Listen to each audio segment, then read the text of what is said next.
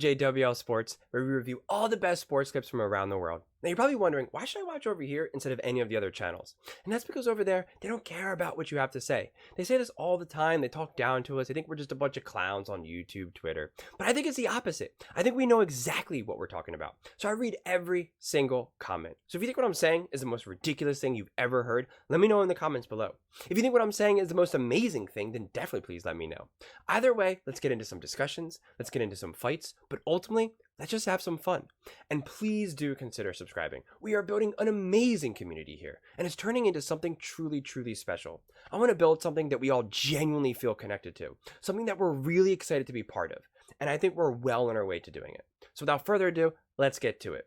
We're watching a clip of First Things First, talking about none other than LeBron James. For those of you who don't know, LeBron James did something very interesting. He played the Knicks, and he specifically, during an interview, wore, as you can see in the pause, he wore a Knicks towel. That is a big no-no. And they said that he's sending a sign, or that, it's a shot at the Lakers, or a flag to the Knicks saying, come and get me. Like, there's a few ways you can interpret this, but really only one way you can truly explain it, and it is Bush League. This is the stuff that drives me crazy about LeBron James. Are you the GOAT or are you not? Are you one of the, are you up there? Again, whether you think he's the GOAT or not doesn't really matter, but you obviously know he's amazing and unbelievable, top player in the history of the NBA. And this is just so beneath him, so low. It's just, this is just weak. Seriously, this is just weak. If you want to be traded, make it happen. Talk to the people, do what you need to do. If you want pressure on the Lakers to make moves, maybe to make some trades to make the Lakers better, do what you need to do. Talk to who you need to do. Having a Knicks towel like this around you in a postgame is just silly. It's just, that's the kind of stuff. That's like something that, some lower level, mid-level all-star would maybe do. Someone with like a big mouth, right? Like I don't even know. I can't even think of anyone. Trey. Towel, which caused Brian Windhorst to say this on his pod. Of course, he was cognizant and aware that he was putting on a towel that said New York Knicks. Why would he mess with the Knicks? Because he was using them as a tool to pressure the Lakers. Dun, dun, dun. And quickly, Brew, before I ask you, here was my take on the situation. You're one of the two greatest players ever. If anyone has the authority to just go to the team, just say it. I don't have time for the Sherlock Holmes stuff. Which is what you said last week. I can't figure it out, the Sherlock Holmes stuff. Is this towel move something or nothing? It's nothing. All right, first of all, these are the towels the Knicks give out to the visiting teams. And you saw Taurean Prince was walking off the court, the other Lakers player with the same towel. All right. And I also talked to somebody close to LeBron today that said, or texted with him, it wasn't a big thing. But knowing LeBron myself as well, I didn't see in his interview with Lisa Salters post-game when he had the towel, personally, I didn't feel like his body language was that I'm trying to send a message. I felt like I didn't see any of that myself. And I feel like he's a guy that just played 40 minutes and is sweating and needed a towel. I will say this, though. When LeBron was a free agent the first time and left Cleveland, or second time, left Cleveland, went to Miami, and I covered it closely. And all that whole season, New York was in a tizzy, and everybody thought, he might go to New York, New York. I did panel discussions where I was a moderator and LeBron's on there. We did stuff with his movies, More Than the Game, all that stuff. And he did like the drama surrounding the thought that I might go to New York. I don't know how seriously he ever considered going to the Knicks. Yeah, he said he did like it being out there that, hey, the things he said when he'd play at the Garden after the games, I can't remember what the quotes were, but he played into it. Yeah. So could there be something like that? Maybe, but no, I don't think he's going to end up on the Knicks. Well, no, but I think it's something because he is continuing to show his restlessness. And Wilds, I thought, made a really good point off the air last week that I'll now make on the air, which is it is something else that LeBron is not resting on his laurels at this point. That LeBron is angry about rotations, about who the 7th and 8th guys are, that he cares enough about, another chance at another title or a deep playoff run, win, the storyline could be he's going to get to 40,000 points later this month or next month. Yeah. He's going to have every record there is, and he already, as you say, all the time, almost in passing, is the greatest 39-year-old we've ever seen, will be the greatest 40-year-old, all these things. He really does care, and the question I have is, do the Lakers?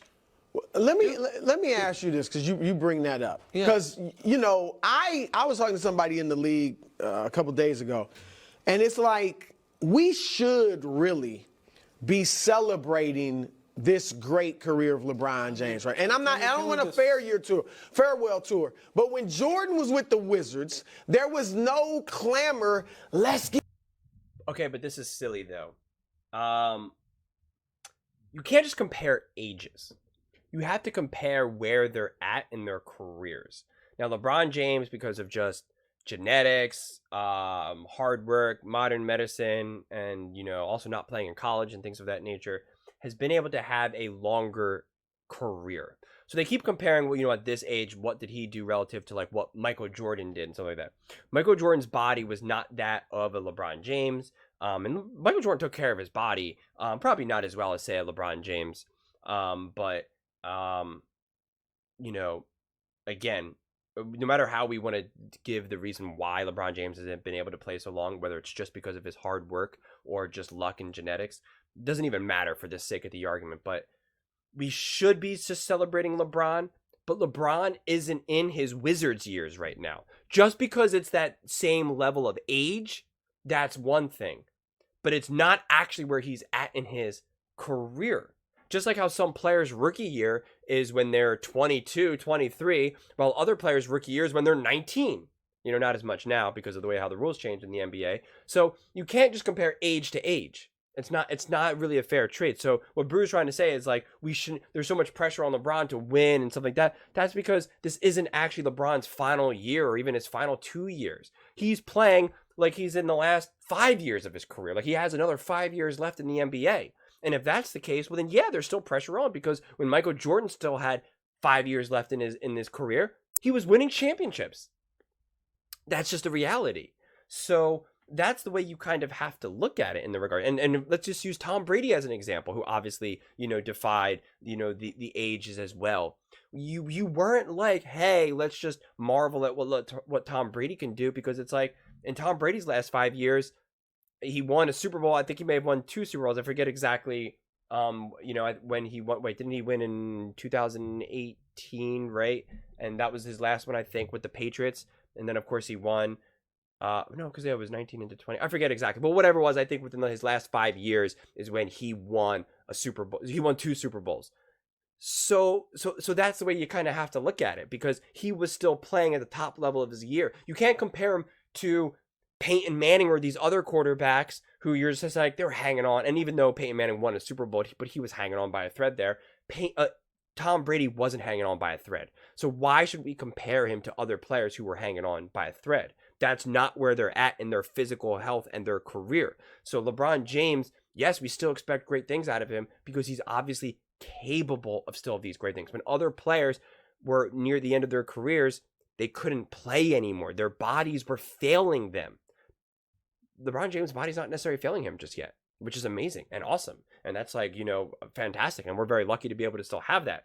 But so he shouldn't necessarily get all these bonus points for being like, well, listen, LeBron James doesn't need to win.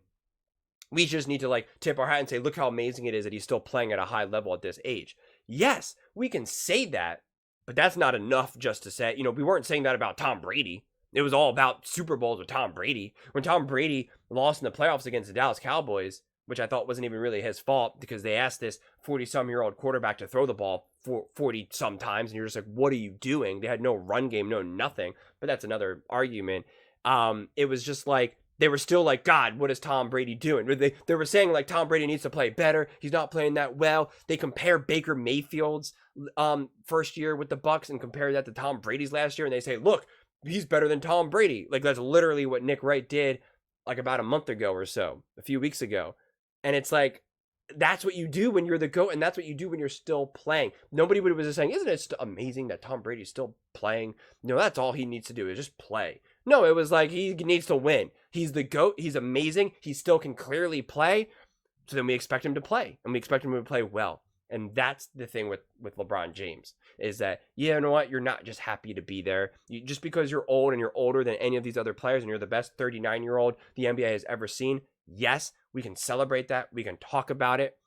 But that's not enough just to be like, yeah, well, that's just it. Because it's just a number. It's seriously, it's just a number. Some 39-year-olds will be playing better than other 32-year-olds, other 27-year-olds, while some 25-year-olds bodies will be so broken down and run down because of injury or just luck, bad luck, that they can't even compete with, a 19-year-old, 20-year-old in their prime. So it's just, again, the whole number thing to me is not as interesting. It's really just like, okay, I don't care about your age. Let me just look at you and judge you based on your level of play and what you're capable of doing. Okay, you're capable of playing at a very high level. You're really great. You're still elite. Also, then that's what we expect for you. Then you need to do the elite things that we know that you're capable of doing. Get him somebody. Who's he going to get? This good. But he was good, though. He was a legitimate all-star. He was a 20-point scorer and all that stuff.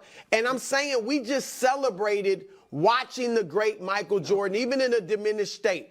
We should really be treasuring LeBron. And I want to ask you, because he was also playing with the Wizards and not the Lakers. I don't think it's happening. I think we aren't giving LeBron enough credit and just enjoying how great he's been and how great he is at this very moment. We're instead talking about he got to get a ring. Oh, he can't lead a team anymore with Anthony Davis. What does he need? He is 39. And what I want to ask you, Nick, is this, and you. He's 39, but again, like I just said, he's playing like he's 33. So if you thought that LeBron James could lead someone to a championship at 33, then do you understand the argument that I'm trying to make here? Again, it's amazing that he's able to play the way he can at 39, without a doubt.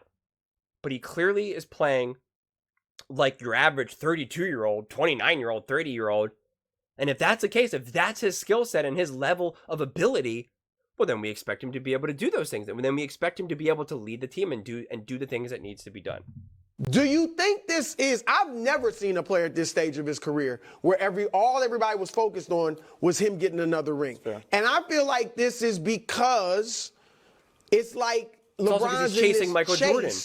Not just him, but everybody making it that to get Jordan. Whether it's 5 or 6 rings, I feel like Jordan, when Jordan was this age, he was regarded as the greatest ever, period. By everybody. He had passed Magic and Bird, the guys he was chasing, Kareem, all that. I think for those that haven't, and most haven't yet said LeBron's the GOAT, there's like, he got to get another one. He got to get another one. And I think that's what makes all of this noise around a 39-year-old. Well, the celebration stuff I get, but being at the game, and Nick was there, when we went to see Wembanyama at the game as a trio, if Wemby did something, we were like, oh, we're kind of there also to see Wemby.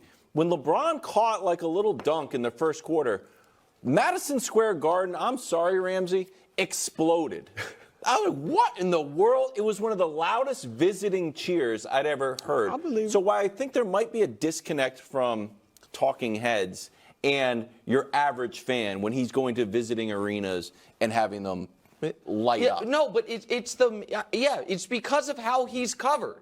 And the difference between how he is covered and how Jordan is covered. Jordan, when he came back to the Wizards, had not caught Kareem Abdul-Jabbar in finals appearances. They were tied in rings, in MVPs, in points, in any of the he had no all-time records except for, I think, playoff points was the only one, and everything else was Kareem. Average points per game. Okay, sure, but that's yes. I mean 30 per game. Absolutely. And he had more rings. And nobody. He didn't have more rings than Kareem. Or same. He had. They were exactly. But the media had decided, and I think correctly in most people's eyes, he was the best ever. LeBron's entire last decade of his career, no matter what he does, the day after winning championships has been contextualized in, well, yes, okay, it's very good and it's cool and it's fine, but he's this many away, not good enough yet, even. And so it is to where him being better at 38 last year than Jordan was at 38 was used against him because Jordan at 38 was not considered viable, that he could drag that Wizards team deep into the playoffs or even to the playoffs or even a 500 Well, record. he didn't have an Anthony Davis. Okay, I no, mean, I'm not saying he's as good as LeBron at that sure. stage, but then LeBron drags the team there. They get swept in the conference finals. It's like, well, that's another year, another season, and where I've even heard people. He didn't. AD did. All the games depended upon on how AD played. It was all if AD's getting boards and putting up points and they could win, and if not, it wasn't. That was the whole thing. The whole thing was AD needs to lead this team. Seriously, it was like they were only going to go as far as AD will. So I don't really know exactly what Nick is saying there. LeBron obviously played great, not taking anything away from LeBron, and he's saying that it's used against him. It's used both against him and for him. Part of the argument of people saying that LeBron is the GOAT is his longevity. And that's also why he's able to break all these records. Because he's playing longer and more seasons and more games than anyone else. For him to pass Michael Jordan in points, he had to play like nearly, I did the math before and I don't feel like doing it again, but he nearly had to play an entire season more worth of games, worth of basketball, to pass Michael Jordan in points. So you tell me what's more impressive, getting those points in less games or getting those points and surpassing him, but at doing more games? So again, the big argument is what's more impressive, longevity of a career or the high points? And to me, it's often high points, but it's like, how high do you sustain these high points for how long? We know Michael Jordan sustained the high points for a longer stretch, but in terms of, of a peak, I'm saying, but LeBron has sustained maybe a couple notches down, but for significantly longer than, say, a Michael Jordan. So, right, it's kind of the thing of like, what's more impressive, winning 6 finals or going to 10 finals, but only winning 4 or 3 or whatever, and it's like, I can see both arguments. You can really make the argument for both sides in that regard. But with LeBron James, again, it helps him and hurts him because people both say, isn't that great how he's still playing? And again, he's still now acquiring points and acquiring records and adding that. So he is still getting the benefit of the doubt of being able to play, even if it doesn't feel like it in the short term or this immediate moment. But once he's retired and we look at the final numbers, the fact that he's still playing and competing at a high level, that's what helped him get those numbers in the first place. So he is going to get that credit, even if it doesn't feel like it right now. But with that said, if you're good enough to actually lead a team and to do these great things, well, then that's how we should treat you. Why should we just treat him differently otherwise? Just because of an age, just because of a number. It's one thing if his skill set is no longer that. Like, it's one thing if LeBron James clearly just didn't have it anymore and he was just kind of playing and doing his best, and we were like, wow, isn't it amazing? He's getting like 18 points a game, and look at old man LeBron still able to do some magic, still able to get up there and dunk and do this or that. People are going to appreciate that and say, isn't that amazing? But right now, he's still really good. And therefore, if you're still really good, it's like, well, what do you got? Can you get to the NBA? Can you get to the finals? Can you win? And Bruce saying, or even Nick is saying, ever since he's been winning, they're always, okay, well, that's great, but you got to win more for Michael Jordan. Again, it's kind of like Cry Me a River, man. It's like, it doesn't mean, it's like, if you want to be compared to the GOAT, if you want to surpass the GOAT, if you want to be in the conversations of Michael Jordan, so then that's the pressure and the stress and the responsibility and the expectations that are going to be put upon you. Because if you want to be considered the best, if you want to be considered the greatest, if you want to be considered to be the greatest thing we've ever seen in the history of the NBA, those are the expectations. That's what you're going to be compared to. It's not about just winning 1 championship. It's about winning 2, 3, 4, 5, 6, and beyond. We do this all the time with our great players. We did this with Patrick Mahomes. It's like, okay, wow, it's amazing what we're watching, but can he get to 7? Can he get to 8? Can he get to 9, 10? Can he do something that no one has ever done? Can he win 3 Super Bowls in a row? When Giannis won his first finals, it was, okay, Giannis won. But now can he win 2? Can he win 3? Can he 3P? Steph Curry, they won 2 finals. Can they win 3? And they would have won 3 if KD didn't get injured. And before they were about to, really do that, Brew actually said, can they win 4? Can they be the first team ever to win 4? That's just what happens when you're as great and as amazing as these players. The expectations are just so much higher. And you know what? they're paid very well for those expectations. So we shouldn't feel sorry for them. Nick Wright is trying to garner up sympathy for LeBron, and it doesn't make any sense. It doesn't make any sense. If you want to be considered great and amazing, well, then you are going to have great, amazing expectations placed upon you. It's that simple. But what do you all think?